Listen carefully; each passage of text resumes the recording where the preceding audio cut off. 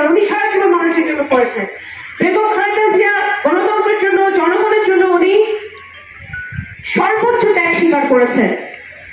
ওনার পরিবার, আমাদের ভারপ্রাপ্ত চেয়ারম্যান জনাব তারেক রহমান বাংলাদেশ ছেড়ে, তার জনগণ ছেড়ে, তার মাতৃভূমি ছেড়ে তাকে এই স্বৈরাচারের জন্য, এই গণতন্ত্রের জন্য, এই গণতন্ত্র প্রতিষ্ঠার জন্য তাকে দূরে থাকতে হয়েছে। সুতরাং আজকে আপনারা সেই দল করেন, যেই দল বাংলাদেশের মানুষের মণিকোঠায় আছে,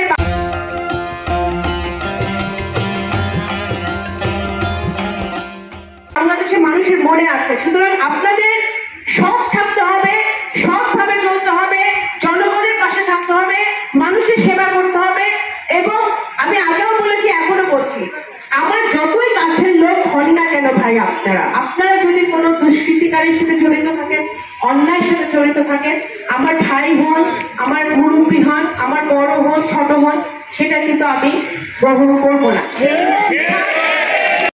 আমাদের যুদ্ধ শুরু, কারণ আমাদের যখন নির্বাচনের মাঠে, যুদ্ধের মাঠে তাও কোনো প্রতিদ্বন্দ্বীকে ছোট করে দেখার উপায় নেই। এখানে নগরকান্দা সালটায় যারা নির্বাচনে দাঁড়িয়েছেন, আমরা বহুদলীয় গণতন্ত্র বিশ্বাস করি। বিশেষ করে আমার বাবা কে মোবাইদুর রহমান সাহেব মুক্তিযুদ্ধের সংগঠক ছিলেন। ওনার আপাত মস্তক আমার জন্মের পর থেকে ওনার মৃত্যু পর্যন্ত আমি শুনে আসছি গণতন্ত্র, গণতন্ত্র, গণতন্ত্র। একটি সুষ্ঠু, ফ্রি, ফেয়ার এবং অংশগ্রহণমূলক নির্বাচন যখন আমি বলি, আমি মিন করি যে আমাদের ভোটারদের অংশগ্রহণ। 2018 সালে, 2024 সালের আমি নির্বাচনে ভোটারদের অংশগ্রহণে কোনো নির্বাচন হয় নাই। সুতরাং ভোটারদের অংশগ্রহণকে সবচেয়ে বড় অংশগ্রহণ। এই অংশগ্রহণকারী নির্বাচনে যাতে আমরা যদি নির্বাচিত হয়ে আসতে পারি, ইনশাআল্লাহ আমরা নগরকান্দা সালটার মানুষের পাশে দাঁড়াবো।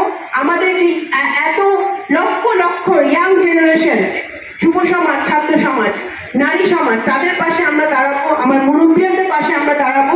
আমরা সকলের সেবা করব, ধর্ম মত নির্বিশেষে। এবং আমরা নগরকান্দা সালটাকে বাংলাদেশের মাটিতে 2টা মডেল উপজেলা হিসেবে আমরা গড়ে তুলতে চাই। আমরা আমাদেরকে যদি কেউ মারতে আসে, আমরা আরেকটা গা লাগাই দেবো, যে আরেকটা থাপ্পড় দেব, কিন্তু আমরা শান্তি চাই, আমরা শান্তি চাই, আমরা উন্নয়ন চাই নগরকান্দা সালটায় সারা বাংলাদেশের মতো, এবং সেটাই যেন আমরা করতে পারি।